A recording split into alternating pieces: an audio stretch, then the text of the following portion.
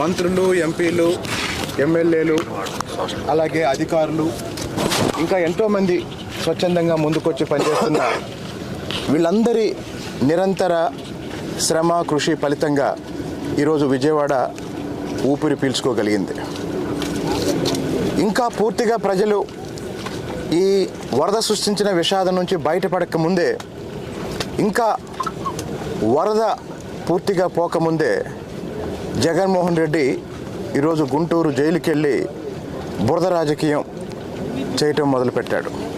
అందరికీ నమస్కారాలండి. మీ అందరికీ తెలిసిందే, విజయవాడ నగరం పక్కన ఉన్న గ్రామాలు ఈ ముడవేరు నది పొంగటం వల్ల అంటే 3 బీచ్లు ఏర్పడి దాని నుంచి ఫ్లో వచ్చి అది పొలాల్లో నుంచి యాక్చువల్గా ఇళ్లలోకి రావటం, కొన్ని ఇళ్లలో 10 అడుగులు, 8 అడుగులు, 6 అడుగులు ఉంది. దాని మీద వెంటనే స్పందించి ముఖ్యమంత్రి గారు అధికార యంత్రాంగాన్ని మొత్తాన్ని ఇక్కడికి చేర్చి, అదేవిధంగా మినిస్టర్స్ కావచ్చు, ఎంపీలు కావచ్చు, ఎమ్మెల్యే కావచ్చు, రాష్ట్రంలో ఉన్న వాళ్ళందరినీ పిలిపించి ఒక్కొక్కరికి ఒక్కొక్క సచివాలయం ఏరియాని అప్పచెప్పి యాక్చువల్గా 10 రోజులు చేస్తే నిన్న ఈవినింగ్ ఆల్మోస్ట్ ఆల్ సెట్ అయింది. అయితే అక్కడక్కడ కొద్దిగా వాటర్ ఉన్నాయి. కొన్ని ఏరియాలు అంటే సిటీలో అయితే 32 డివిజన్లో 26 డివిజన్లు పూర్తిగా పోయినాయి. 6 డివిజన్లు పార్షియల్గా ఉంటే వాళ్ళు ఆల్మోస్ట్ అవి కూడా పోయినాయి. సిటీలో ఉంటే 61, 62, 63లో 1% ఉండొచ్చు. ఆ 1% కూడా తెల్లవారికి పూర్తి అయిపోతుంది. ఇలా చేయడానికి యాక్చువల్గా నున్నాబోయే రోడ్డు ఏదైతే ఉందో ఆ రోడ్లో 14 గంటలు కొట్టాం. 14 గంటలు కొట్టి ఆ పైనుంచి వచ్చే వాటర్ అంతా పొలాల్లోకి పంపించాం. అయితే ఈరోజు యాక్చువల్గా జక్కంపూడి, తర్వాత వచ్చి మన యొక్క అంబాపురం ఈ ఏరియాలో వాటర్ నిలిచింది. చాలా ఇళ్ళు ఇంకా నీళ్ళలో ఉన్నాయి. అయితే దాన్ని కూడా తొలగించాలని ఈ రోడ్డు పైపుల రోడ్డు అంటారు. ఇది రోడ్డు రింగ్ రోడ్డు. పైపుల రోడ్లో ఒక 20 ప్లేసుల్లో వాటిని బ్రేక్ చేయమన్నాను. ఆల్మోస్ట్ 5 ప్లేసుల్లో బ్రేక్ చేశారు. బహుశా వాళ్ళ రాత్రికి 12 లోపల 20 ప్లేసుల్లో బ్రేక్ చేస్తారు. ఇప్పుడు తెచ్చిన జేసీబీలో ప్రొక్లైన్ కాచుకోవాల కంటే ఎక్కువ తెప్పిస్తున్నాను. చేస్తే ఒక 24 అవర్స్లో ఈ వాటర్ అంతా పోతుంది. వారికి పూర్తిగా అవగాహన ఉంటుంది.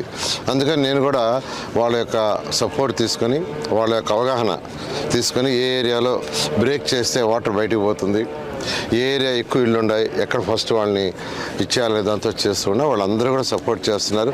ఆ విధంగా సపోర్ట్ చేసిన ప్రతి ఒక్కరికి నేను ప్రత్యేకంగా ధన్యవాదాలు తెలియజేస్తున్నాను. అయితే జగన్మోహన్ రెడ్డి గారు ఏం మాట్లాడుతున్నారో తెలియదు. వై నాట్ 175 అన్నారు. Why not? ఇది ప్రజాస్వామ్యం అండి.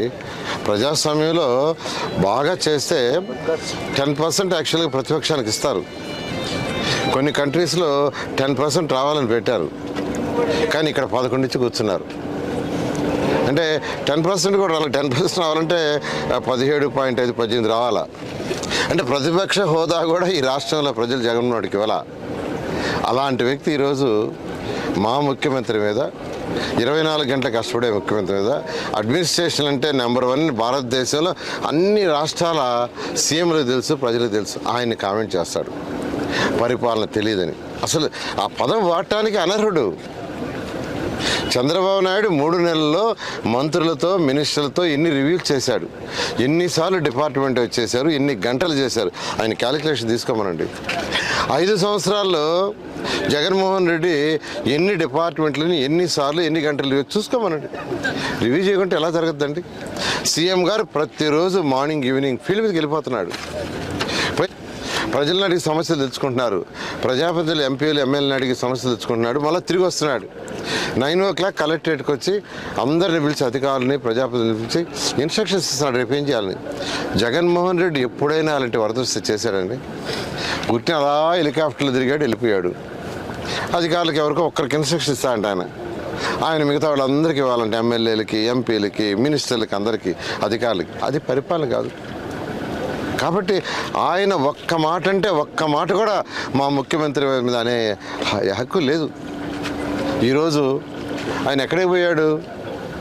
తెలుగుదేశం పార్టీ మీద దౌర్జన్యంగా జనాల్ని పంపించి తప్పు చేసిన వ్యక్తి జైల్లో ఉంటే ఆయన్ని పరామర్శించిపోయాడు.